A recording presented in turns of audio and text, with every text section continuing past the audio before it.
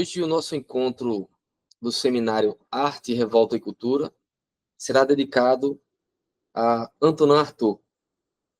O professor Alex Galeno, que tem uma obra dedicada a esse poeta francês, vai apresentar para nós as suas reflexões em torno do tema Artaud, surrealista radical.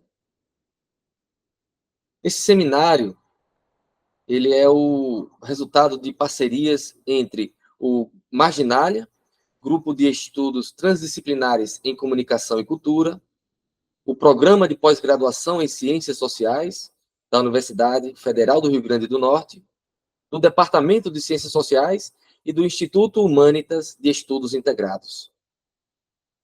Nesse seminário, nós estamos dedicando reflexões sobre os 100 anos de publicação do Manifesto Surrealista. Em 15 de outubro de 1924, André Breton publicou o primeiro manifesto do surrealismo, dando a conhecer ao mundo um movimento artístico que fez da poesia o fogo mágico para transformá-lo. Na história das vanguardas artísticas, o surrealismo é o grito do espírito na idade da razão reificada. Na sua poética, espírito, imaginação, desejo e criação se fundem para mudar a vida por dentro.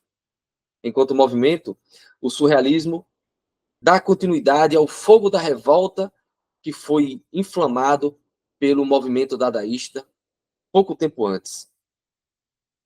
Para Edgar Morin, André Breton e seus correligionários serão responsáveis pela revolta histórica da poesia no início do século XX. Revolta poética esta que aprofundará a crítica prática ao mundo frio do cálculo e das cifras, ao adentrar as lutas políticas de seu tempo. Mudar a vida por dentro não significa renunciar às lutas políticas por fora. O espírito é nada sem o invólucro material do qual depende para a sua livre manifestação. Surrealismo é insurreição do espírito e insurreição do inconsciente.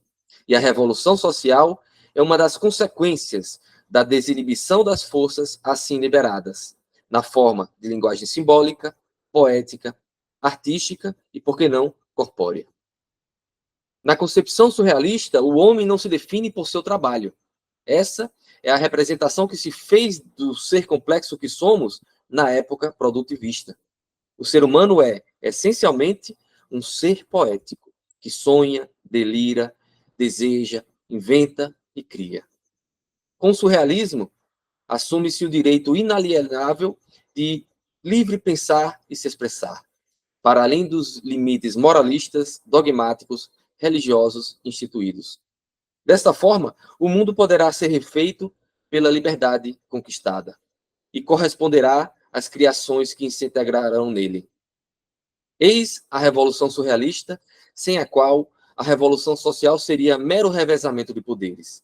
É disso que se trata quando se fala da potência poética, utópica e política do movimento surrealista. Em seu primeiro manifesto surrealista, Breton encerra da seguinte forma: viver e deixar de viver são soluções imaginárias. A existência está em outro lugar. Viver não basta. Para o surrealista, viver é uma condição real, mas não suficiente. O surrealismo é um manifesto, é uma obra da mão a serviço da alma, e por isso parte em busca do desconhecido, que levará o nome de realidade superior a ser alcançada pelo hiperespírito poético. Em um texto intitulado A Ação Subversiva da Poesia, Aldo Pellegrini, escritor argentino, apresenta uma concepção de poesia na linha surrealista. Diz ele: há uma força no homem proveniente do simples fato de existir que condiciona seu destino de modo fatal. Esta força, que se torna visível a cada momento através das manifestações do amor, que tende a transcender o indivíduo em uma comunhão com o todo, tem suas próprias leis irredutíveis aos esquemas racionais. A poesia aparece como expressão desse impulso até o cumprimento de um destino vital. E a fatalidade desse destino se revela na poesia como um fato indiscutível. A poesia não é, por conseguinte, um luxo ou um divertimento, mas antes uma necessidade, do mesmo modo que o amor. Todas as outras necessidades, mesmo as mais peremptórias, estão subordinadas a essas duas, que, em definitivo, são os dois aspectos de uma mesma energia primordial que confere seu verdadeiramente sentido à vida. Aldo Pellegrini afirma que Arthur é o exemplo ímpar da vertiginosa descida às profundezas do eu que preconizava Breton. Nesse sentido, foi, sem dúvida, o que levou o surrealismo às suas consequências extremas. Toda a obra arthuriana é uma torturada acusação contra o mundo. Sua vida se desenvolveu como em um planeta à parte, o planeta de seu eu subterrâneo, açoitado por tempestades e cataclismos psíquicos. Pellegrini ensaia uma classificação dos surrealistas, citando poetas do automatismo, poetas da exaltação lírica, poetas do humor, poetas do maravilhoso. E entre eles há também os poetas negros. Artaud é um dos poetas com inclinações obscuras, que travam uma luta encarniçada consigo e com o mundo em termos absolutos, que beiram os abismos da loucura ou da desrazão. Em 1924, exatamente no ano em que Breton publica o Manifesto do Surrealismo, Artaud afirma: o surrealismo não é um estilo, é o grito da mente que se volta contra si mesma. Anos depois, em um texto intitulado A Arte e a Morte, Artaud apresenta sua concepção de poesia, ao dizer: a poesia é, a cada vez mais, uma multiplicidade triturada que se desfaz em labaredas. E a poesia, que traz consigo a ordem, primeiro ressuscita a desordem de aparências inflamadas, faz o entrechoque das aparências e converge-as num só ponto: fogo, ato, sangue, grito. É em nome de Artaud, surrealista radical, que hoje recebemos Alex Galeno, um dos expoentes nos estudos sobre o autor. Alex Galeno possui graduação em Geografia, mestrado em Ciências Sociais e doutorado na mesma área, em Ciências Sociais, pela Pontífica Universidade Católica de São Paulo. Tem pós-doutorado pela Escola de Comunicação e Artes da Universidade de São Paulo, concluído em 2015, e um segundo pós-doutorado pela Universidade de Brasília, concluído em 2021. Atualmente é professor do Instituto Humanitas da Universidade Federal do Rio Grande do Norte, tem experiências nas áreas de Sociologia, Literatura e Comunicação, atuando principalmente nos seguintes temas: Sociologia do Digital, Literatura e Complexidade, Comunicação e Cultura. É autor do livro Artaud, A Revolta de um Anjo Terrível, e organizador da coleção Rebelados da Cultura, em 3 volumes, entre outros títulos que envolvem também traduções de Artaud. É importante lembrar também que Alex Galeno é membro fundador do Marginalia, grupo de estudos transdisciplinares em comunicação e cultura. E é com satisfação que passamos a fala para o nosso convidado dessa noite. Obrigado, Lucas. Boa noite, pessoal. Obrigado pela pujante e emocionante apresentação. Quero dizer que Lucas, ao sugerir esse tema, fez com que me reconectasse com um dos campos magnéticos lá atrás, de temas que eu estava falando muito, digamos, em temas transversais e não diretamente discutindo com o próprio Artaud, fiz a tese, e mais destacadamente em surrealista. Então, Lucas, obrigado por essa boa inquietação de me colocar num tema que acho que tem acompanhado a gente há um certo tempo, né? Quero parabenizar pela sua iniciativa, agradecer aos colegas presentes aqui que vieram conversar conosco, cumprimentar a Elise, aqui, uma das palestrantes anteriores, e dizer o que eu pensei, assim, um pouco das questões algumas delas já presentes no meu livro lá da tese, e algumas outras que eu pensei para agora, também para fazer um exercício de experimentação com vocês, e com um argumento que não tem, talvez um cientista mais sério dissesse que eu teria uma hipótese, mas eu tenho um argumento, não tenho nenhuma hipótese, que não quero comprovar absolutamente nada, a não ser conversar com vocês, que é o seguinte: para mim o Arthur nunca rompeu com o surrealismo. Então esse é um dos argumentos que eu vou tentar desenvolver e tentar, digamos, um argumento forte, digamos, que para a gente conversar e ver qual a opinião dos outros colegas que estudam surrealismo, estudam esse tema. Mas, então, eu estruturei a parte mais histórica, eu acho que já foi feita, né, na sessão anterior. O Lucas também já fez essas dimensões em relação ao surrealismo ao próprio Arthur. Então, eu vou pegar, digamos assim, o que há de histórica da relação do próprio Arthur com Paris, os acontecimentos em Paris e aí o surrealismo, os acontecimentos dessa passagem, e, ao final, um argumento do porquê eu acho que o Arthur fez uma obra surrealista, mesmo que com discordâncias, levando a sua expulsão no movimento, né? Então, como é que eu chego, então, a este autor, sobre o qual eu fiz uma tese na Pontifícia, defendida em 2002. Primeiro, a tese sobre o Arthur, na verdade, foi uma continuidade do que eu chamo da necessidade, da vontade que eu tinha do estudo de temas ou objetos rebeldes, né? No meu mestrado, eu estudei um tema que não foi um tema, aparentemente, que tem nada a ver com o Arthur, mas tem no sentido que é um objeto rebelde, que foi o MST. Então, eu estudei as imagens da Terra, o que eu denominei por uma poética da luta política. Então, fui fazer um estudo imaginário da Terra a partir das imagens e símbolos presentes nas expressões políticas, né, e dos documentos e imagens do movimento. E é isso que eu chamei de uma poética política a partir de um movimento social. Em seguida, para o doutorado, eu já não queria mais estudar um tema de movimento social, mas queria continuar no tema, digamos, dos objetos rebeldes, dos temas rebeldes, né?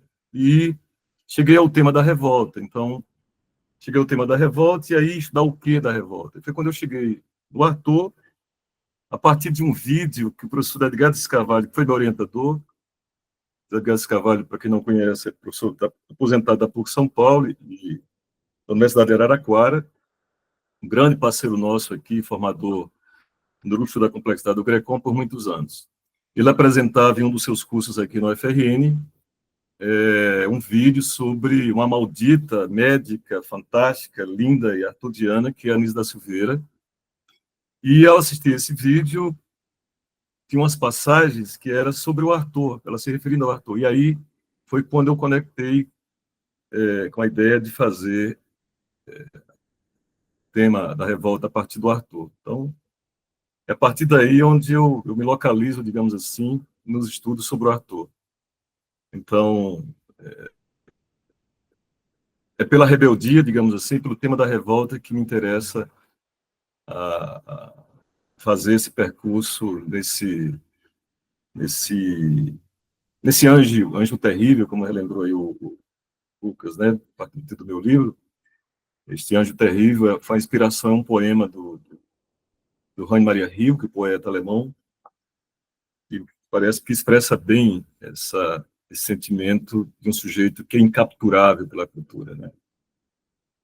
Bom, Artaud Paris, 1920, Artaud chega numa efervescência de muitos movimentos ali presentes. Artaud vem por uma ocasião seu sofrimento psíquico, né, da cidade de Marseille, por orientação e recomendação do seu médico, o doutor Dardel, à época, né, que tinha uma relação com outro médico chamado doutor Edouard Toulouse, que tinha uma relação com as letras francesas, e que também era diretor de um dos asilos, que o Arthur, inclusive, passa por esse asilo depois, mas esse doutor Dardel recomenda que Arthur vá para Paris e a mais aos cuidados para a continuidade do seu tratamento do Edouard Toulouse, que era fundador de uma revista literária por nome de Même.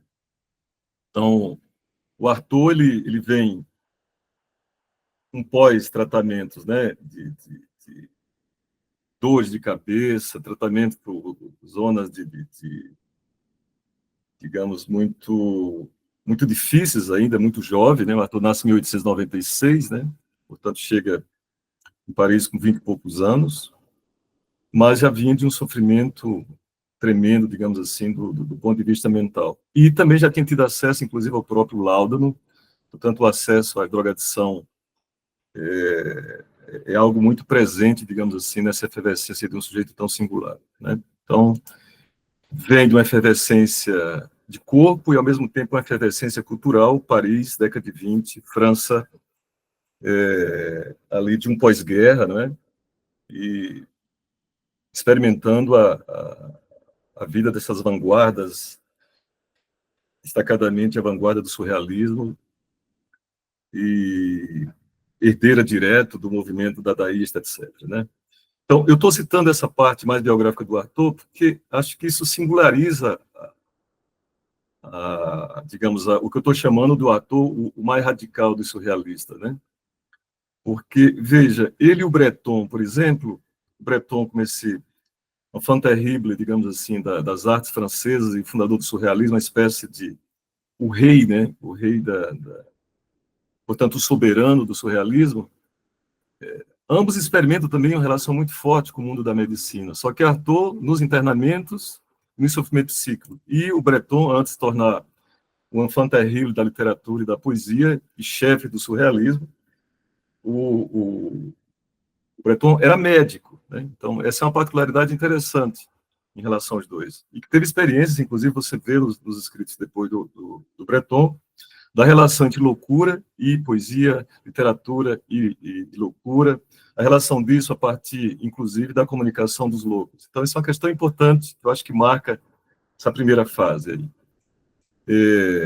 É um momento também, além desse contato com o Dr. Toulouse, né, e o Artaud se torna comentador, né, de artigos sobre arte e nas letras francesas, Artaud começou a comentar, na verdade, ele virou um crítico literário de vernissagens, de artigos, de poesia também, enfim, mas das artes plásticas especialmente. O Artaud, pelas mãos do Toulouse, foi entrando na cena francesa, mas não foi o fato mais importante, né, dele.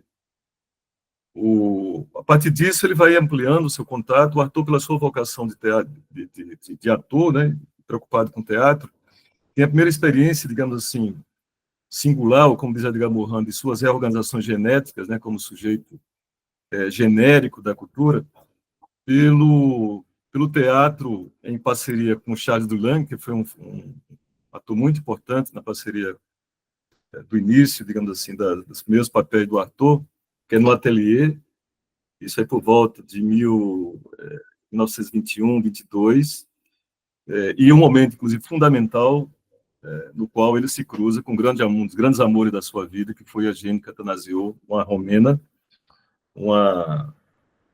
também uma atriz muito importante nos papéis, alguns deles, como, por exemplo, fazendo Antígona, nesta trupe de teatro aí presente, né?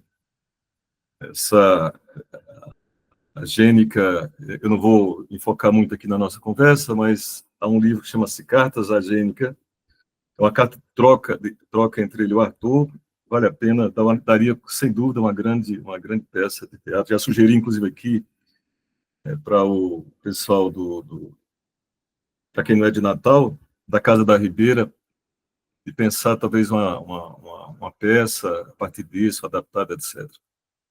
Isso é uma coisa que marcou muito o aspecto, digamos, mais dramático da existência do Artaud, além da loucura, o sofrimento psíquico e os sofrimentos amorosos, né? Inclusive com a fofoca de uma das suas biógrafas importantes, que é a Camille Demillier, dizendo que um dos grandes ciúmes que o Artaud sentia da Gênica era exatamente de um brasileiro, que nós, inclusive, já conversando Camille Demillier, com a Florence de Merdier, quem seria esse ator brasileiro ou esse brasileiro que ia para Paris na década de 20, que Arthur tinha ciúme, mas ela me respondeu dizendo que a Paul Thévenin, que foi a organizadora das obras completas do Arthur, que comentou isso à época, mas não tem uma referência mais específica dos nomes, né? Então fica aí para quem gosta de fofoca literária e artística e atrás desse brasileiro que competiu o coração da Jane Cantanazio com Arthur. Então, esse é um segundo momento do teatro, né? Quer dizer, as trupes do teatro. Então começa aí, digamos, ganhar espaço na cena francesa, e em seguida, ou paralelamente a isso, ao projeto de teatro e de crítica literário, a sua relação com o cinema. O Arthur, em 24, ele faz, que é um ano importante também, porque se dá eu vou falar isso daqui a pouco, da sua entrada no surrealismo, né?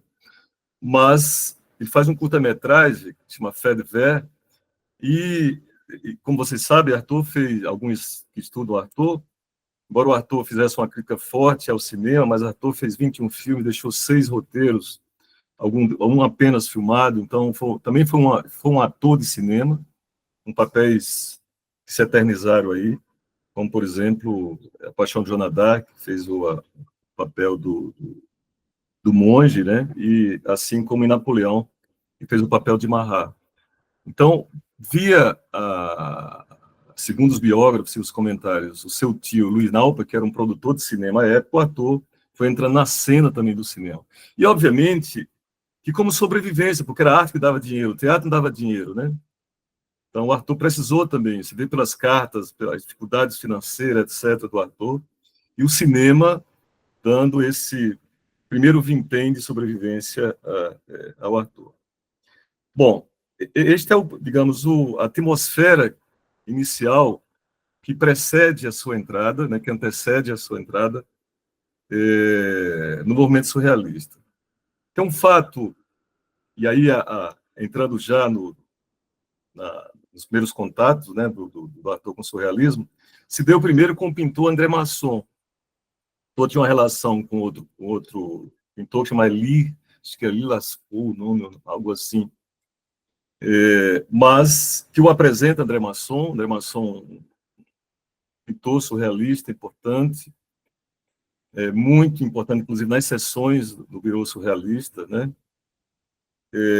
E ficou muito entusiasmado com o Arthur nos primeiros momentos, e o convida ao Arthur para frequentar o que ele chamou da Rua Blomet, né? Que era também visitada por outros grandes enfants terribles, poetas, e pintores e escritores à época, né? Então, o entusiasmo de André Masson com Arthur faz com que este seja também apresentado ao André Breton. Então, é importante dizer que, quando o Arthur chega para o movimento surrealista, o movimento surrealista já estava em toda a polpa, digamos assim, já estava todo um processo de acontecimento. O Arthur entra no meio, digamos assim, do carro rebelde, né, que era o movimento surrealista à época. Mas esse fato do André é importante, porque isso vincula em muito das passagens do Arthur,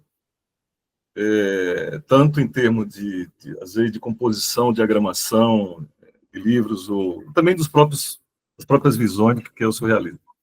Bom, um outro fato também que acho que, mesmo antecedendo, mas que marca a cena de Arthur, que tem a ver com o entusiasmo de Breton por Arthur, que foi exatamente o envio de poemas de Arthur para a revista La Nouvelle Revue Française, que era a revista principal, como se fosse a espécie da Nature da ciência, lá era como se fosse a Nature das letras francesas, né? Pelo seu editor, que era o Jacques Sivier.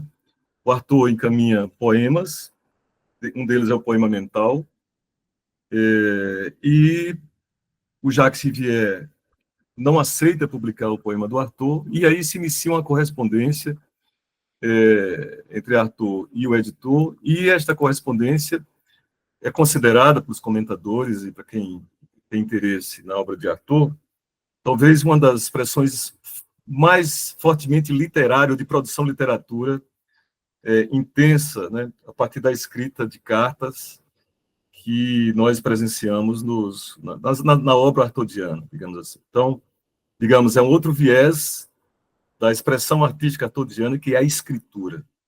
Então, se por um momento inicia-se como crítico de arte, depois no teatro, cinema, e aí pela escritura, ator, demonstrando seus dilemas com a linguagem, com a palavra, e nestas cartas, construindo um libelo, a meu ver, de como uma literatura intensiva se produz, e como ali tinha uma raiz profunda de como o surrealista se inspirava, de como deveria ser produzido um texto, daí um texto que expressasse algo fundamental de surrealista, que era você escrever como um especialista da revolta, né? Então, é uma das expressões, uma das declarações que o próprio Arthur escreveu do seu próprio punho, colocando os surrealistas como especialistas da revolta. Nós aqui organizamos, conjuntamente com o professor Gustavo de Castro, também o Fagner, na tradução do Olivier Dravet, e também do professor Edgardo Carvalho, essa correspondência, dá para ver aí, não dá? Está publicada pela editora Moinhos, então quem tiver interesse, esta é uma, uma referência fundamental nas obras do Arthur. Então, essa literatura, né, de gênero, pelo gênero carta, né, e de alguma maneira já inspirando uma poesia, né, que não se coaduna ou não media com a linguagem métrica de uma poesia organizada, como exigia o Jacques Rivière, desperta a atenção do Breton. Então, o contato com o Arthur surrealiza primeiro o Masson, do Masson apresenta ao André Breton, que já tinha tomado conhecimento desse sujeito diferente, desse poeta negro, como ressaltou o Lucas no início da apresentação, a partir dessa troca de cartas com Jacques Rivière, que, no momento, mesmo depois de negar publicar os poemas, sugeriu para o Arthur publicar a correspondência e, no primeiro momento, publicar sem o nome dos autores, inclusive fazendo uma espécie de ficção nesta correspondência. O Arthur, obviamente, foi contra absolutamente, não aceitava fazer uma ficção, né, da sua correspondência, que para ele expressava o que havia de mais atormentado de si, que era a dificuldade de expressar-se, né? Quer dizer, de como o que a reorganização ou o caos do seu pensamento fazia com que ele se mobilizasse, mas muitas vezes não se transformava em uma linguagem clara, objetiva e, portanto, numa poesia métrica. Então, esse fato é muito importante no meu ponto de vista, para conceber Arthur já como esse surrealista avant la lettre, né? Quer dizer, antes de entrar no próprio surrealismo, como já praticando uma escrita, de certa maneira, automática, né? Ou já exercitando o automatismo psíquico, que é um dos clichês, que é uma das reivindicações, uma das metodologias fundamentais exigidas pelo surrealismo. Eu vou só citar rapidamente uma das passagens que o Arthur fala em uma das suas cartas para o Jacques Rivière, 5 de junho de 93, para ilustrar um pouco dessa ideia literária, digamos assim, do que eu afirmei para vocês. Ele diz: meu pensamento me abandona em todos os níveis, desde o simples ato de pensar até o ato exterior de sua materialização em palavras. Palavras, forma de frases, direções internas do pensamento, simples reações mentais. Estou permanentemente em busca de meu ser intelectual. Logo, quando posso aprender uma forma, por mais imperfeita que seja, eu a fixo, tremendo perder todo o pensamento. Estou aquém de mim mesmo, disso eu sei. Sofro por isso, mas aceito essa imperfeição com medo de não morrer por inteiro. E gostaria de receber uma resposta para a seguinte questão, isto ele se referindo ao Jacques Rivière. O Senhor pensa que podemos conceder menos autenticidade literária e menos poder de ação a um poema defeituoso, mas semeado de grandes beleza, do que um poema perfeito, mas sem grande repercussão interior? Então essa é a briga do Arthur, quer dizer, Um poema perfeito, mas sem repercussão interior? Porque é isso que o Rivière dizia, os seus poemas são defeituosos, né? São defeituosos, não tem métricas. Admito que uma revista como a Nouvelle Revue Française existe um certo rigor formal e uma grande pureza material, mas afora isso, a substância do meu pensamento é tão entremeada pela desordem e sua beleza geral se torna tão pouco ativa perante as impurezas e indecisões que a permeiam que ela não consiga existir literariamente. É toda a questão do meu pensamento que está em jogo. Não se trata de nada menos do que de saber se eu tenho ou não o direito de continuar a pensar em verso ou em prosa.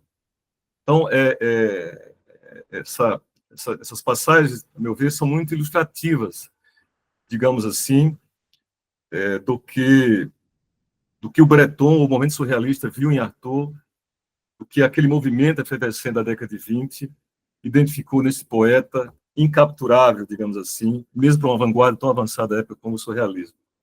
E acho que se expressa em uma das afirmações do André Breton, quando o Artaud entra, né, no movimento. Né? O Artaud é concebido pelo Breton, diz ele, como aquele que esteve mais próximo e mais cotidianamente a serviço do surrealismo. Importante dizer que essa relação entre Artaud e Breton sempre foi uma relação muito ambígua, de profunda amizade, de muito respeito, mas também de profunda divergência, digamos assim, em relação às utopias em relação ao movimento surrealista. Eu vou falar isso mais daqui a pouco à frente. Mas eu queria ressaltar essa não ambiguidade, mas essa ambivalência de sentimento do Breton para com Artaud e do Artaud para com Breton, no terreno do reconhecimento poético, né? Quando o Artaud entra no movimento, diz o Breton, em uma das suas entrevistas radiofônicas, publicada na década de 50, precisamente acho que 58, se não me engano, isso está numa edição de entrevista publicada por Portugal, no Brasil não está publicado, e o Breton diz assim: Antonin Artaud viera juntar-se a nós há pouco tempo, mas ninguém como ele pôs mais espontaneamente todos os seus meios, que eram grandes ao serviço da causa surrealista. No passado, a sua principal referência, nisso concordando com o Eluard, era Baudelaire. Mas enquanto Eluard se inspirava no belo navio, Artaud mais sombriamente saboreava o vinho do assassino. O vinho do assassino é um dos poemas mais importantes das Flores do Mal, do Charles Baudelaire, né? Aquela passagem só sobre o vinho. E o Artaud fez uma declamação para o Breton nos primeiros dias, digamos assim, que ele estava fazendo parte do movimento, e declama esse poema lindíssimo. Até separei aqui, mas em função do tempo eu não vou fazer isso. Se alguém quiser declamar aí ao meio da nossa conversa, fique à vontade também. Se não o poema inteiro, mas passagens, ou talvez pudéssemos encerrar com isso, especialmente as duas últimas estrofes, que são belíssimas, né? O vinho do assassino. Então, mas continuando com o Breton, ele diz: talvez o seu conflito com a vida fosse maior do que o de todos nós. Então, eu acho que esse reconhecimento do Breton ao Artaud é de uma ética magnânima, digamos assim, do ponto de vista de um conflito entre dois sujeitos, entre dois gênios, né, da poesia, e entre dois vanguardistas, digamos assim, que por hora se encontravam e tinham convergência, e depois romperam e se encontraram novamente em muitas das passagens da vida do Artaud. Bom, o período de participação do Artaud no movimento surrealista é ali entre 24 a 26. Em 25, precisamente a partir de janeiro, o Artaud fica responsável pelo Bureau de Pesquisas Surrealistas. Tem passagens muito interessantes, se imaginar o Artaud como um sujeito aparentemente caótico, e isso é importante para não entender o Artaud como um sujeito que só passaria o caos, né, e a doença, e se estigma muitas vezes como o Artaud é concebido. O Artaud era de uma profunda ascese de organização. Talvez ele fosse eu acho que ele era um estoico, né? Eu acho que ele era um estoico, ele tinha uma ascese, talvez, pensando em Sloterdijk, realizava uma antropotécnica do exercício com a poesia e com a organização no Bureau. Isso foi um dos motivos, inclusive, de divergência com outros poetas que faziam parte do Birô Surrealista. O Arthur vai organizar o número 3 da publicação da revista do Surrealista, chamava Revolução Surrealista. E o dado é o seguinte, é que o Arthur ele organizou uma espécie de cronograma, você imagina, cronograma de poetas que tinham que passar lá no local que funcionava o Birô de Pesquisa Surrealista e dar uma espécie de, não é propriamente um expediente, mas era assim, do tipo, Louis Aragon, que é um poeta, escritor importante do surrealismo, então ele passaria, digamos, às quartas-feiras, 2 horas, e ele lá iria contribuir, deixar seus escritos de alguma questão sobre a Revolução Surrealista.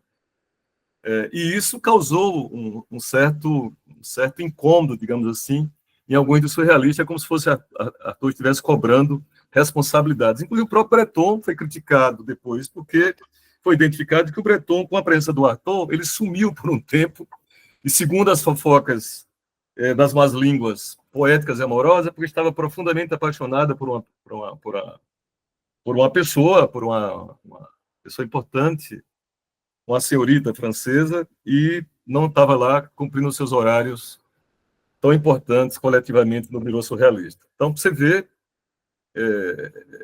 estou citando um fato aparentemente pueril, mas para demonstrar que se tratava de um sujeito que levava com muita intensidade o seu cotidiano, e por isso a dificuldade de conviver com um sujeito como o Arthur.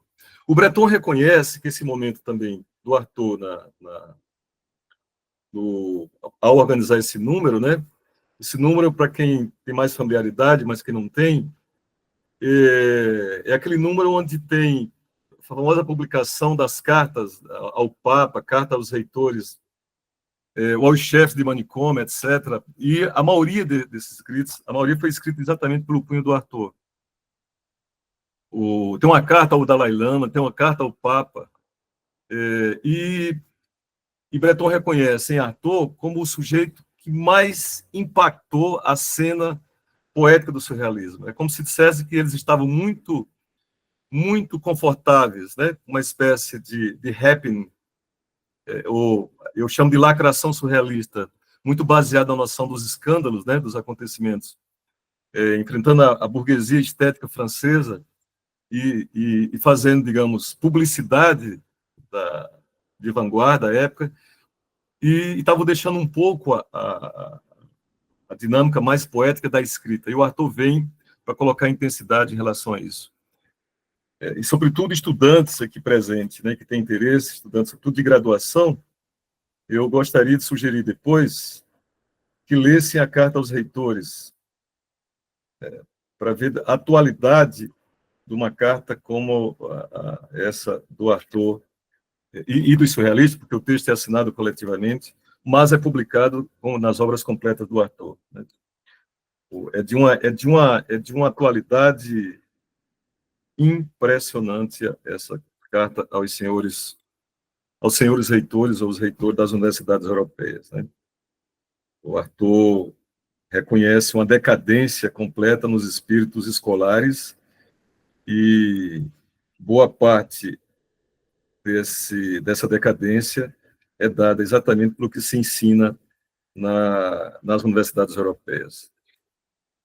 Acho que apropriando-se desse incômodo, digamos assim, arturiano e também surrealista sobre o que é o papel da universidade, surgiu um exercício, né, de talvez tivesse que renovar de maneira arturiana e surrealista, que carta escreveríamos novamente para os reitores das nossas universidades, né? Que espíritos decadentes estamos a formar como professores e professoras, e que espíritos são esses? Então,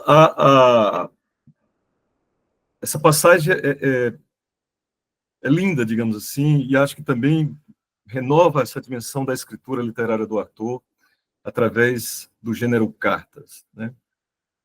Claro, ele não publicou só isso, tem um escrito também sobre o sonho, o Arthur revela, o sonho é outro elemento também né, da poesia ou da poética surrealista, e o Arthur relata um sonho super sem graça, do ponto de vista, mas que está presente aí chama o sonho, tá presente nesse número 3 da revista Revolução Surrealista.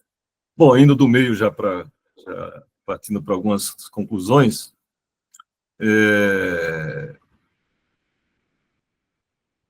um ponto alto, digamos assim, dessa participação do Arthur, que é exatamente a polêmica, né, com os surrealistas e a divergência com o movimento, e redundou, digamos assim, com a sua própria expulsão, né? Primeiro, o Arthur achava que, no primeiro momento, que o movimento estava demasiadamente literário no sentido dessa métrica anterior que falávamos, estava fortemente mediada pela inspiração do sonho freudiano e, portanto, de uma temática da psicanálise. O Arthur se entusiasmou no primeiro momento por essa indução, né, dos surrealistas.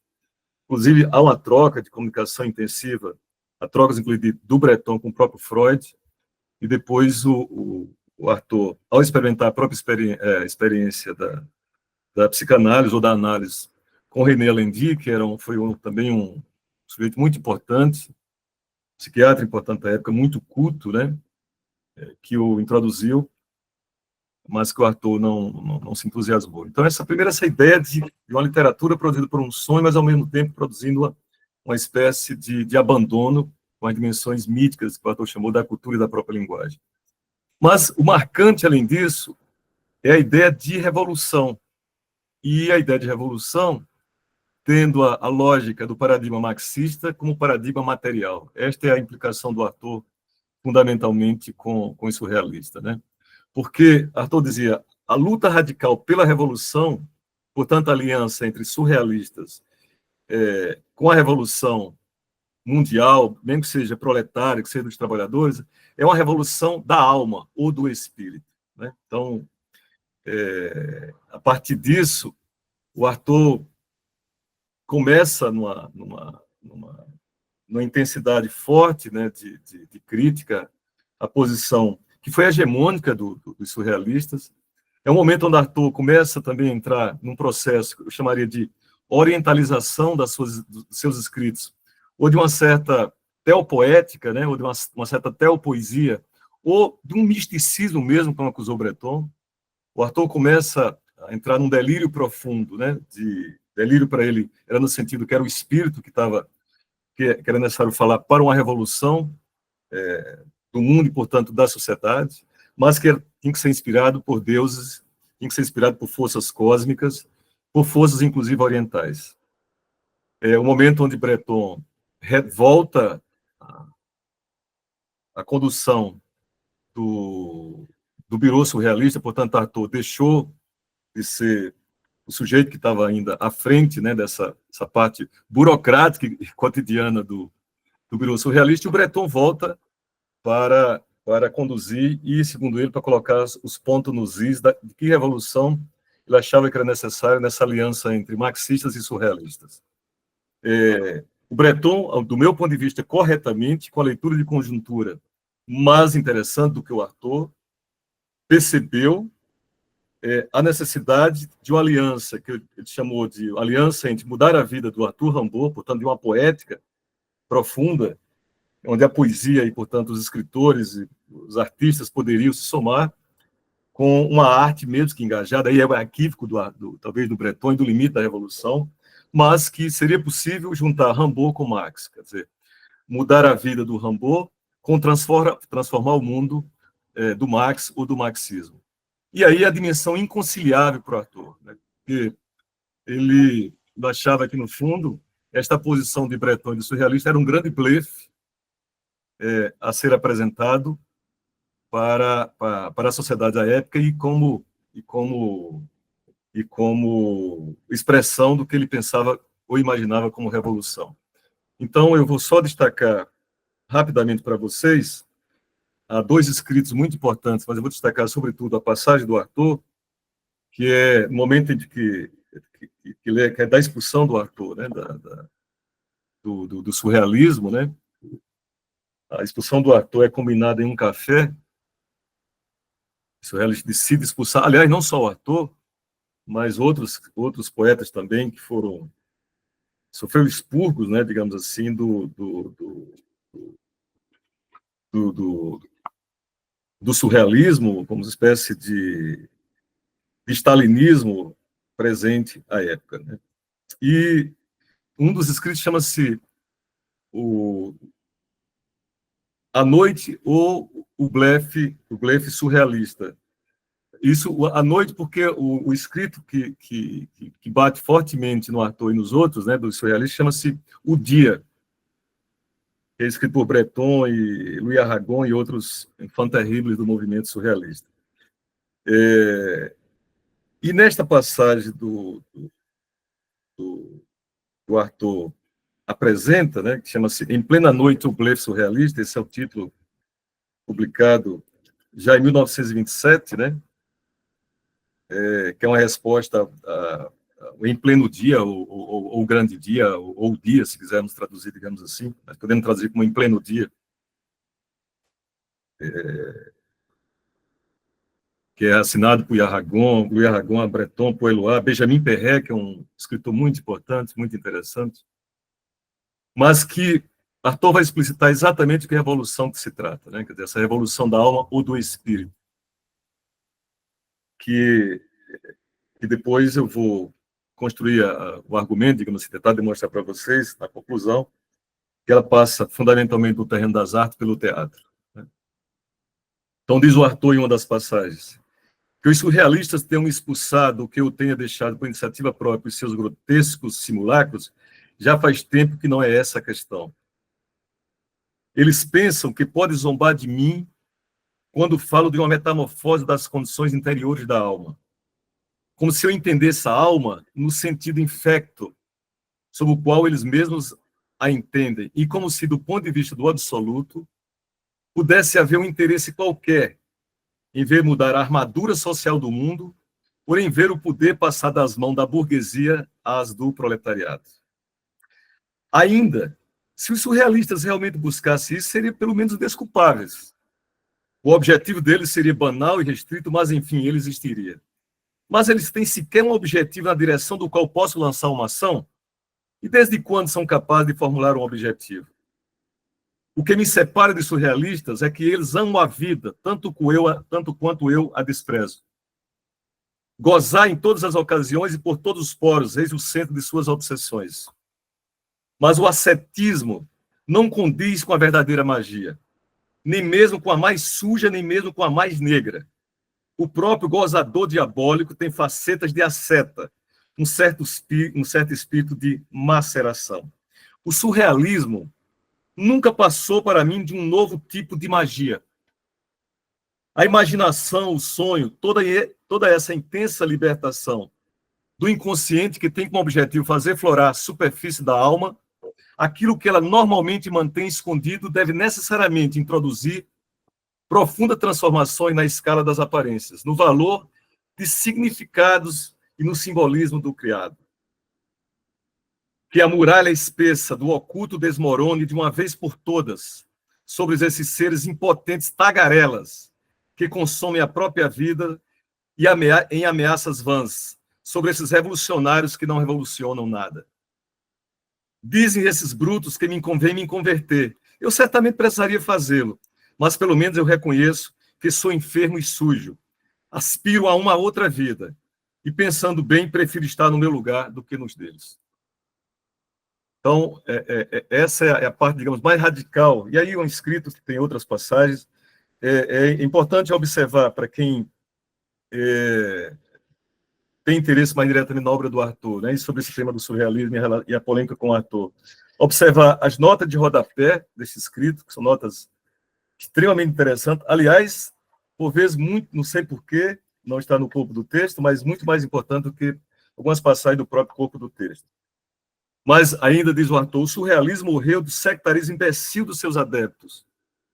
O que sobrou dele é uma espécie de amontoado híbrido, ao qual os próprios surrealistas são incapazes de dar um nome. Então, esta é digamos, o elemento de rompimento brutal entre eles. Então, Arthur sai, é expulso do surrealismo, mas é importante dizer que nunca deixou de ter uma relação, digamos assim, com outros surrealistas que foram expulsos e depois voltaram. A Florence Meredier, por exemplo, que é uma biógrafa ainda viva, muito importante, né? A sua biografia publicada aqui no Brasil pela Perspectiva, na qual ela reconhece que foi sempre uma relação de muita ambivalência e, na realidade, de idas e voltas de Arthur com o surrealismo.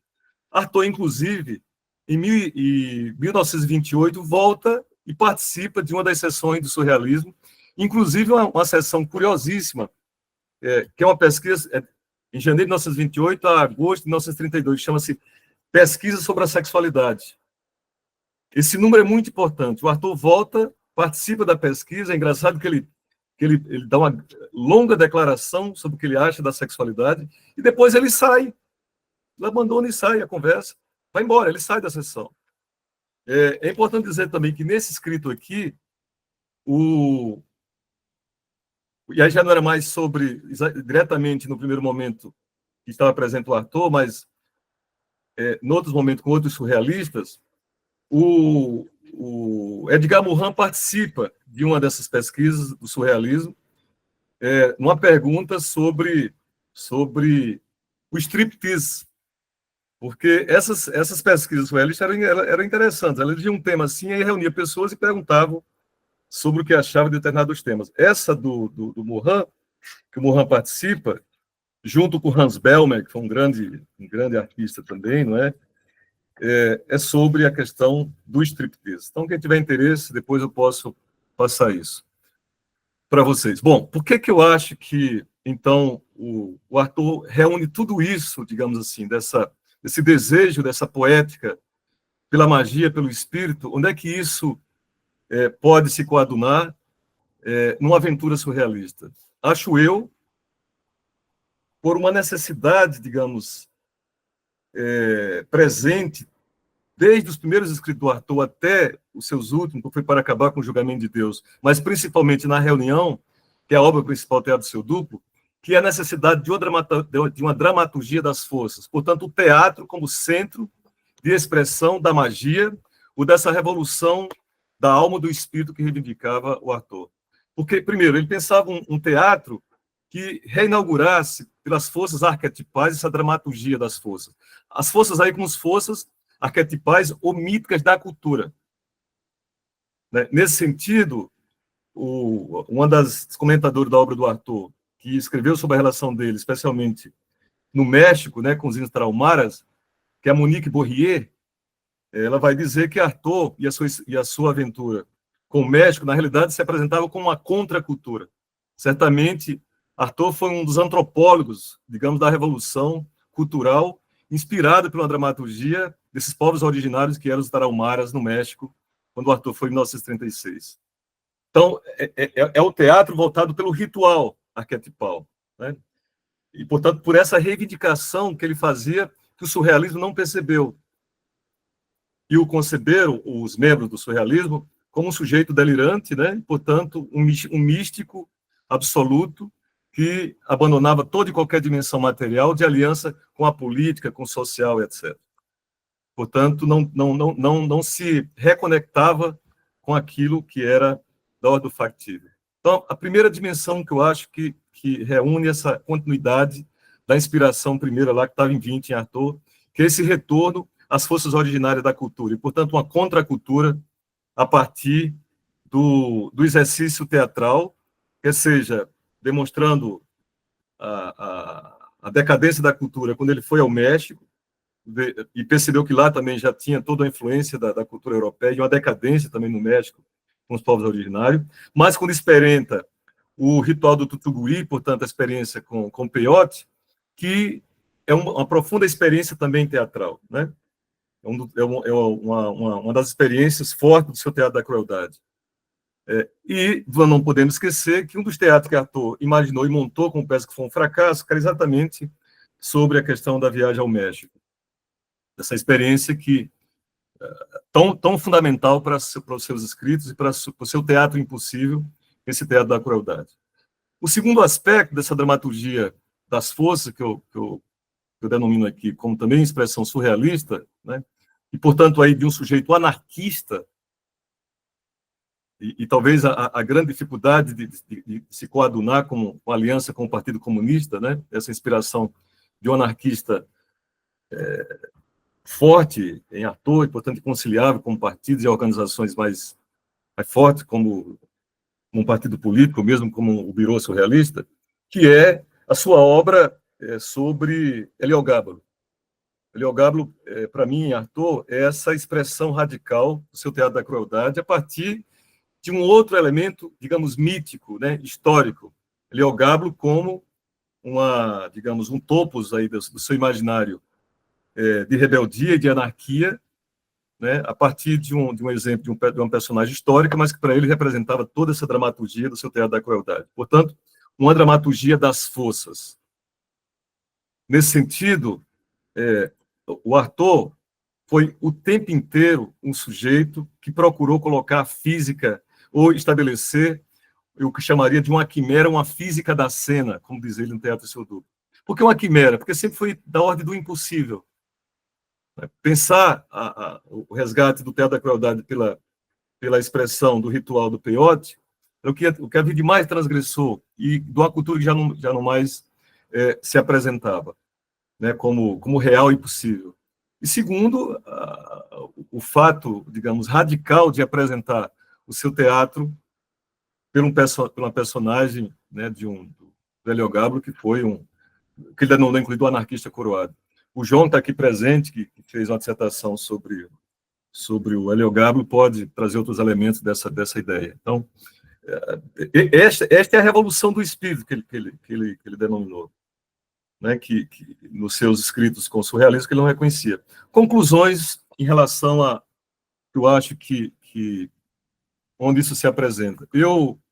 Para quem tiver interesse mais do que eu estou dizendo, eu estou passando rapidamente, porque já estou me demorando no tempo. Aqui nos meus apontamentos, eu separei as passagens que leria, mas não vou ler mais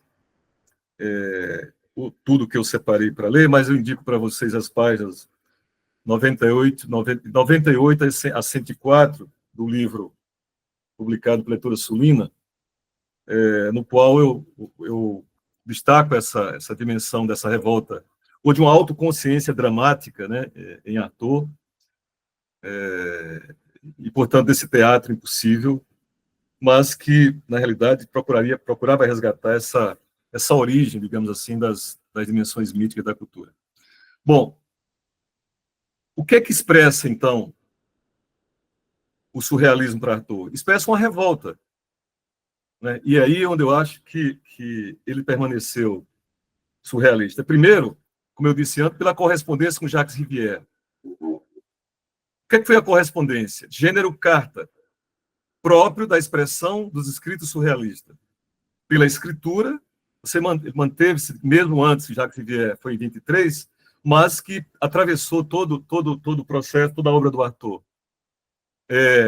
As suas cartas escritas, especialmente em Rodez, as cartas de Rodez, para mim, e concordando inteiramente com a sua biógrafa, a Florence Meredier, é um momento, digamos assim, quando ele está em Rodez, onde Arthur se reconecta com a noção da escrita automática do surrealismo.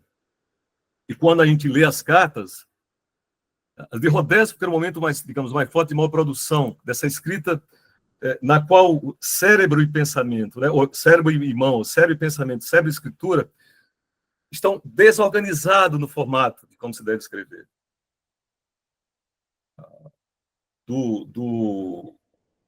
Da forma desorganizada de não ter métrica, né, não ter rima, não ter sequência lógica da escrita, não ter pontuação, enfim, as glossolalias que são apresentadas lá e também em outros momentos, né? Mas as cartas de Rodez têm a ver com escrita automática, além dessa forma de escrita, elas são, ao meu ver, radicais porque elas produzem uma sonoridade, né? Há um elemento poético sonoro pela forma trepidante da forma de como Arthur escreve.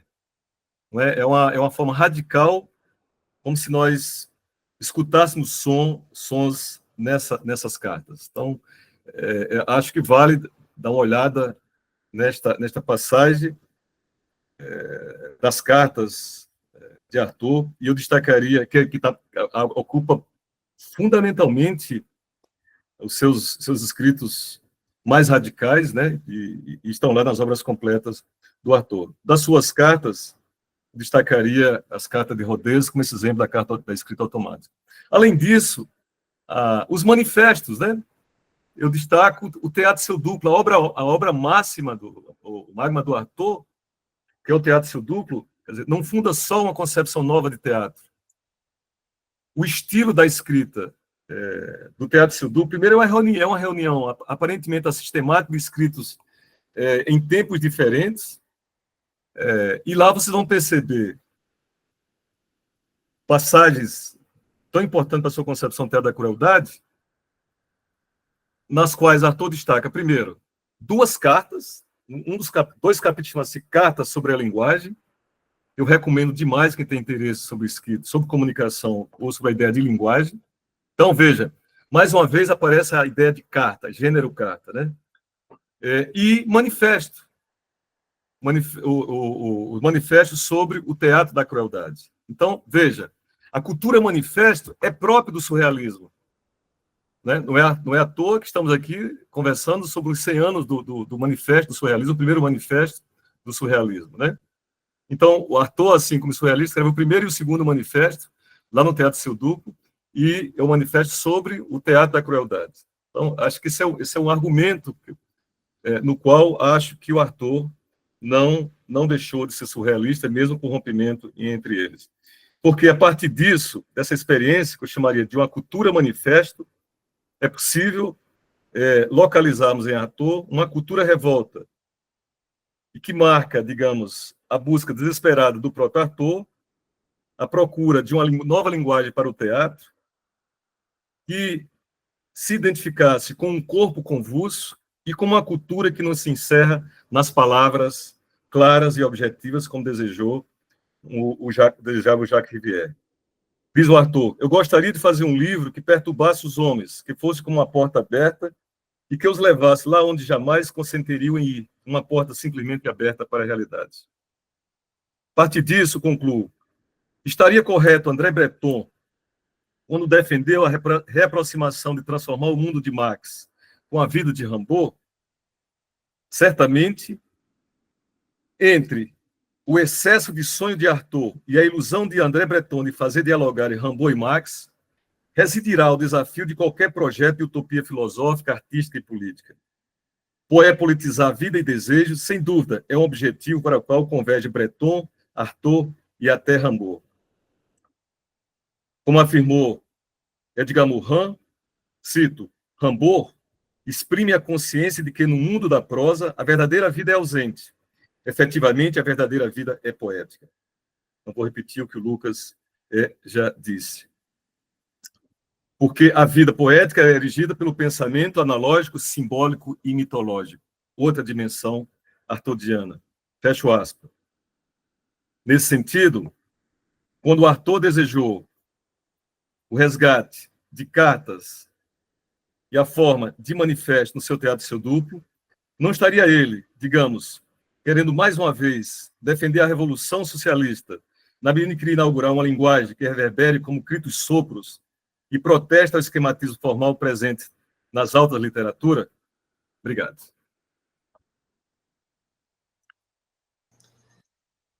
Muito bem, Alex. Peço desculpa pelo tempo de... É isso, você tem todo o tempo aí disponível.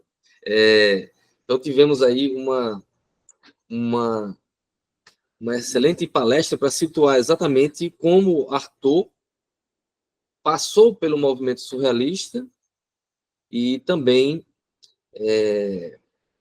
se afasta do movimento formal, sem, no entanto, de alguma maneira, deixar para trás aquilo que fez dele um surrealista.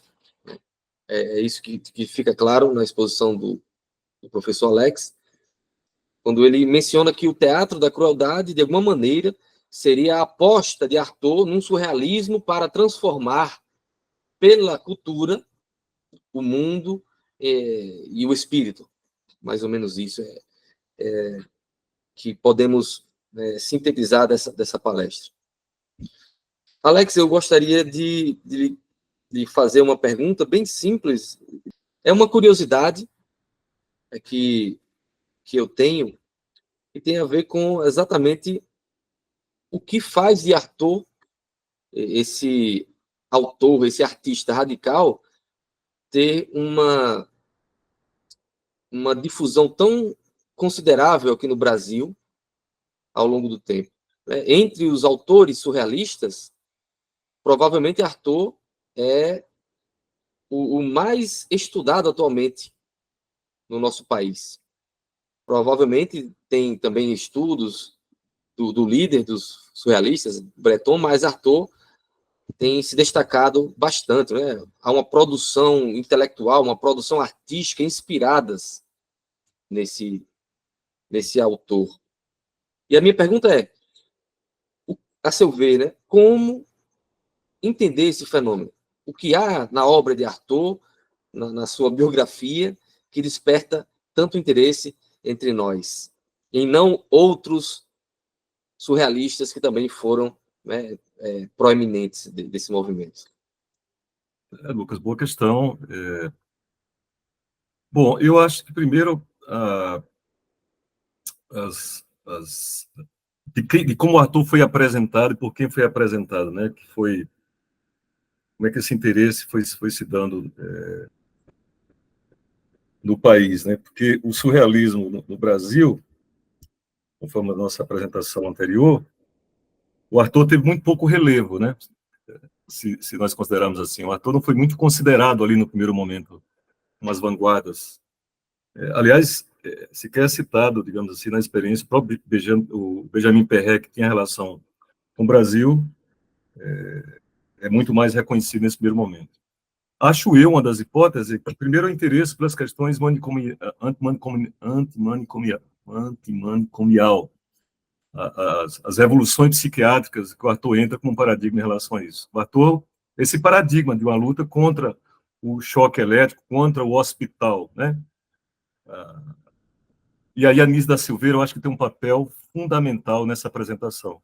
A Anísio da Silveira, uma psiquiatra estudiosa da obra de Jung, de Machado de Assis, ela revolucionou, né, enfrentou os leões, digamos assim, da psiquiatria conservadora, e ela introduz o Arthur, né, como esse sujeito que encontrava na arte, né, a possibilidade desse exercício que ele chamou de um terceiro gênero da cultura, de um terceiro ramo do conhecimento que já estava em Spinoza. Nas suas cartas Spinoza, são cartas imaginárias que ela faz a Spinoza, né, que é muito interessante, uma das cartas ela cita o Arthur como esse gênio, e ao mesmo tempo esse sujeito que inaugura esse terceiro gênero do conhecimento em Spinoza, que é o gênero do conhecimento do inefável, que está presente na linguagem de todos os loucos. O que é que os loucos falam? Né? Então, essa briga do Arthur, nessa correspondência com Jacques Rivière, né, de que, preste atenção, eu tenho uma luta contra o meu pensamento, contra o meu espírito, eu não consigo me expressar. Exatamente esse regime do conhecimento do inefável. Portanto, um experimento que se dava pelo bloco de sensação do próprio corpo. Isso, para Lisa Silveira, é profundamente spinozano. É um gênero que é da ordem do caos, digamos assim. Então, esse inefável o Arthur encontrou aonde? Na tradução de poetas. Como é que ele traduziu, por exemplo, Edgar Allan Poe? Arthur não sabia inglês. Como é que ele traduziu Israfel, que é um dos poemas mais importantes do Edgar Allan Poe? Né? Quando você lê na lógica do sentido de Deleuze, você vai ver a reflexão que ele faz com Lewis Carroll, que é outro poeta, que ele traduziu também sem saber inglês. Né? E o Arthur fez uma crítica radical à forma daquela literatura que ele dizia que não produzia uma linguagem da sensibilidade profunda. Portanto, desse gênero onde o corpo está presente, né, de maneira inefável, como na poesia. Então, primeiro, eu acho que a Anísio da Silveira, por essa questão mais da psiquiatria. Acho que, do ponto de vista dos escritos mais tematizados, no primeiro momento, eu acho que a responsabilidade de Claude Willer. Claude Willer foi um poeta, vamos dizer, surrealista, né? Não sei se pode definir assim o Claude Willer, mas Claude Willer foi um dos malditos, né, desse país que conseguiu fazer uma das primeiras sistematizações da obra de Artaud, que foram os escritos de Antonin Artaud, publicado por uma coleção que chamava Pensamento Radical. Exatamente, essa edição, exatamente. Ele faz uma coletânea de parte das principais obras do escrito do Artaud e organiza. Então, o Willer foi responsável por essa, digamos, esse primeiro momento de apresentação do Artaud. Tem também um momento desse contato, digamos assim, e aí eu acho que é a vanguarda mais poética brasileira, Lucas. Aí são os poetas, digamos assim, responsáveis por essa efervescência, né, de buscar essa experiência europeia tão profunda. Então, acho que o Cláudio Willer é um paradigma dessas referências, seus escritos. Mas, além disso, eu acho que tem uma ajuda, digamos assim, se é possível falar assim, desse tempo para cá que você disse que o Artaud é mais reconhecido, eu acho que tem a ver, talvez dos últimos 20 anos, 15 anos, né? O Artaud quase não tinha tradução do Artaud no Brasil, e quando fiz a tese não tinha quase absolutamente nada, a não ser os escritos do Cláudio Willer. Eu acho que um é a internet, outros são editores que estão mais abertos a uma visão comercial das obras do Artaud.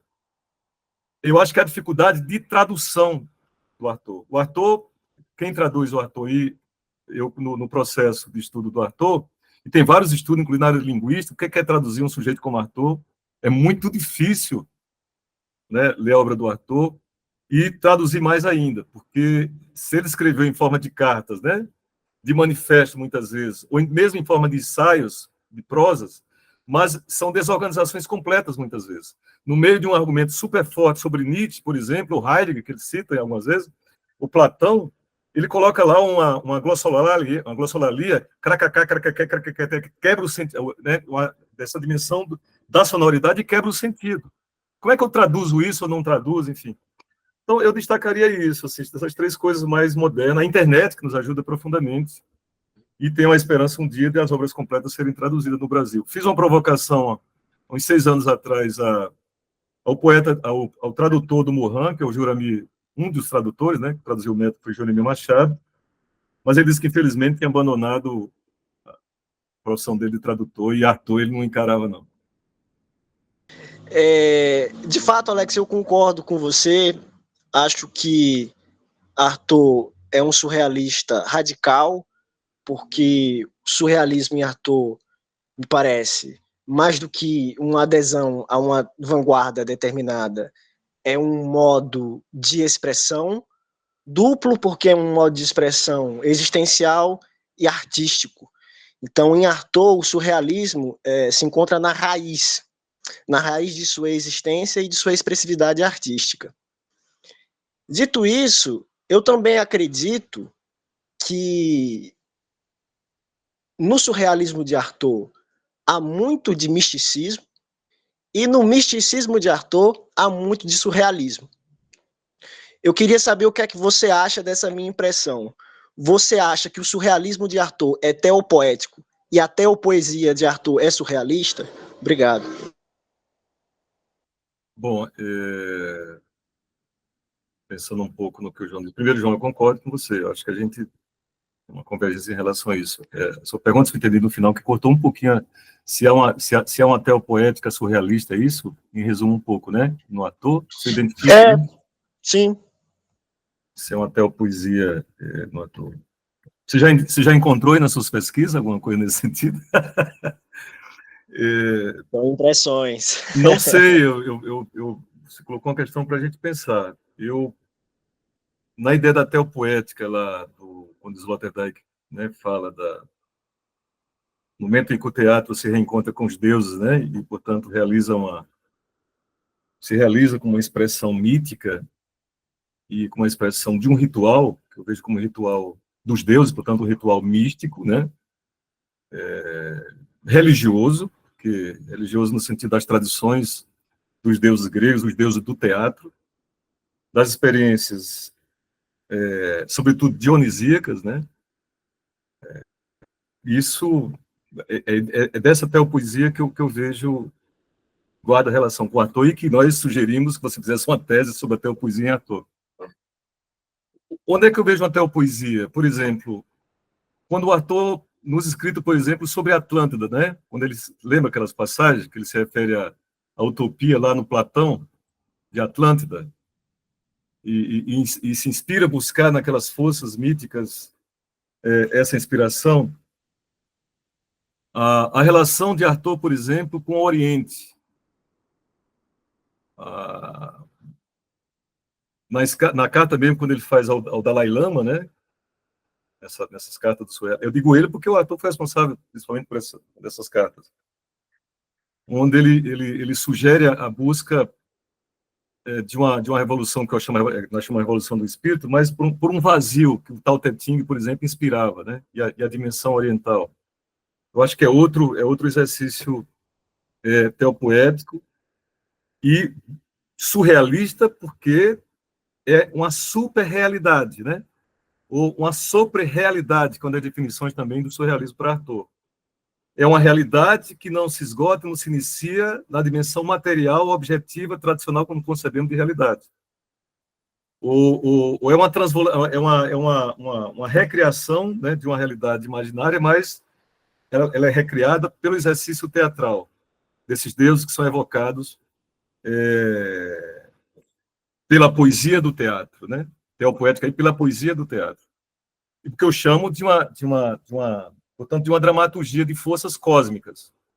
Então, esse momento oriental da obra do Arthur, eu vejo, sim, como surrealismo, porque ele procura, na forma de escritas, né, muito, muito transgressora, sem entrar na avaliação se isso é um delírio ou não, místico ou não. As novas revelações do ser, que é o escrito mais radical, eu acho, que o Arthur tem, de diálogo místico, né, com as experiências tradicionais, das mais várias, inclusive correntes religiosas, né, como você nem vai perceber, redundando, inclusive, muitas vezes, a ambivalência de Arthur com a própria religião, né? Mas, quando ele faz, eu acho que esse resgate, essa busca, que ele evoca os deuses e evoca a religião, é porque eu acho que ele estava querendo exatamente evocar essas forças cósmicas. Isso, para mim, é teopoético. Teopoético. Assim como ele fala dos deuses, do exemplo místico da experiência com Peyote, né? Então, tudo isso que é uma dramaturgia das forças, né? Portanto, da autoconsciência dramática que ele achava que o teatro seria possível expressar. Claro, o delírio dele quando achava né, que era Jesus Cristo, né, ou ele estava em Gólgota, né, como Jesus Cristo crucificado. Como é que classificamos isso? Isso está no seu escrito. Então, a religião é um elemento fundamental na obra do Arthur. E por ser uma obra fundamental de inquietação, né, mística, não é um ato delirante de um misticismo absoluto. É porque eu acho que ele também via na religião essa expressão de uma dramaturgia das forças e de forças míticas, né? Então, para citar algumas dessas que estão me vindo agora à cabeça das relações de Arthur com a religião. E temos uma pergunta também aqui no chat de Malu, diz ela. Bem sabemos que o automatismo no surrealismo é bastante discutido na forma da escrita automática. No capítulo Cartas, Automatismo Psíquico, o próprio Alex fala do formato carta-ensaio ou escrita-sopro, na expressão artística de Arthur, como uma forma de expor suas criações de tormentos numa pulsão epistemofílica. Mas, por integrantes do movimento surrealistas como André Masson, citado na palestra, que fez diversos experimentos que chamou de desenhos automáticos, sabemos também que existe o lugar dos desenhos nessa expressão. Embora mencione brevemente que ele também pintava quadros, queria saber se Alex pode fazer algum comentário sobre a presença ou não do Arthur dos desenhos, o Arthur artista visual na expressão dos desenhos automáticos. Sobre provocação da Malu, é interessante, os desenhos automáticos do Arthur, sim, eu acho que alguns deles são muito paradigmáticos disso. Por exemplo, 50 desenhos para assassinar a magia, que também, juntando aí até a poesia com a pintura automática, João, Ali também há um exemplo, eu acho, de uma magia, de uma certa mística presente pelos desenhos, né? O Arthur, ali, ele vai, como dizer, ele, sem uma preocupação a rigor com o que deve ser uma pintura ou um desenho, e assim como a sua poesia, né, na escrita automática, não estava preocupado a priori como um desejo meio e fim, mas pelos acasos que vão se objetivando ali na ordem da cena e da criação, são desenhos que, para ele não são propriamente desenho, mas ele diz, inclusive, são documentos, né? São documentos que expressam esse tormento da alma, e, portanto, desse momento psíquico do que ele configurava, do que deveria ser a...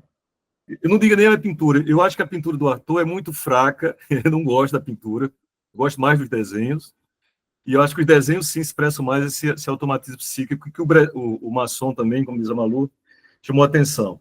Por exemplo, o desenho, um dos desenhos dele que eu gosto mais, além dos autorretratos, etc., que ele faz, né? Não sei se seria propriamente desenho ou uma pintura ali, mas enfim, a pintura que eu não gosto é aquela que eu acho que é uma certa imitação de outros artistas, ali eu acho que não estava propriamente o Arthur.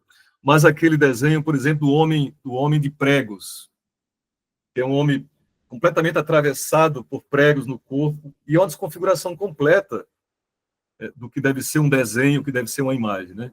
Isso eu acho que para mim é escrita automática. É o espírito da escrita automática pelo desenho. Acho que o desenho, por exemplo, sobre o Inca, que para ele é o que representa melhor o teatro da crueldade, é outra expressão também dessa dimensão, eu acho que mística e mítica, né, do surrealismo em ator, eu acho que expressam isso. Então, Malu, eu acho que juntando a tua questão com o João, sim, eu acho que inclusive dá uma excelente reflexão pensar o desenho também como uma psíquica e uma certa continuidade do surrealismo em ator. Então, assim, nós concluímos. Agradecemos ao professor Alex por ter preparado e apresentado seus estudos sobre Artaud e o surrealismo. Agradecemos também a presença de vocês, a atenção, e encerramos hoje o segundo encontro do nosso seminário, e ainda teremos 2 outros nas próximas semanas. Então, fiquem atentos aos e-mails, e na próxima data eu enviarei as informações para relembrá-los, né, do horário e do link para que vocês possam acompanhar. Então, boa noite, pessoal. Obrigado, Lucas, todo mundo. Abração. Valeu, hein? Tchau, tchau.